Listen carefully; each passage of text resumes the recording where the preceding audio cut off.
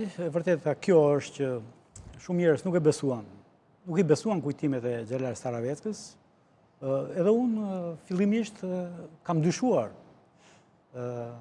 Për shkak sepse perceptimi për të, ose ky ishte konfiguruar si figurë vetëm në anën e keqe.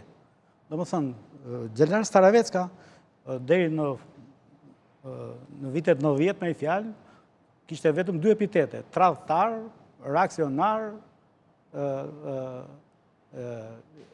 ka bërë katër shkurtin, vrasës. Këto ishin epitetet për të. Si të gjithë ata që dolën kundër Partisë Komuniste gjatë luftës, ose që u bashkuan ballit kombëtar dhe që u larguan pastaj nga Shqipëria në 44-ën. Ishte pikërisht kjo, domethënë që më shtyu mua për ta parë më thellë këtë figurë, për shkak sepse gjithë këto epitete më vinin në kundërshtim me çka lexoja tekstin e tij.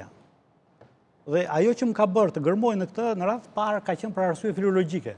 Kultura e jashtëzakonshme e këtij njeriu më vinte në konflikt me çfarë thuhej për të si kështu. Dhe për shkak të tekstit, unë fillova ta besoj rrëfimin dhe narrativën e Xhelar Staraveckës. Kështu që ju futa një kërkimi sepse shumë gjëra nuk më përputhshin. Ndërkohë, njerëzit do pyesin